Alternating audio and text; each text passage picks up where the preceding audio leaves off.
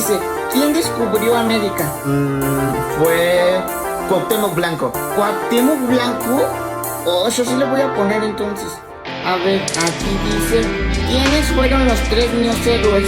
Los niños héroes son Goku, Chabelo y Eugenio Derbez. ¿En serio? ¿Goku, Chabelo y Eugenio Derbez? Me estás mintiendo. A ver, ahora. ¿Cuánto es 7 por 7? 7 por 7 es 14. ¿7, 14? 14 así, 7 por 7, 14. Oye, primo, ¿y si me ayudas a hacer tú mi examen cuando esté ahí? Ay, no, yo no te voy a ayudar a hacer tu examen. No, Carlitos, ni lo pienses. Comenten si le ayudo y le digo todas las respuestas mal. Sí, que pongan en los comentarios si me ayudas a hacer mi examen. Bueno, que pongan en los comentarios.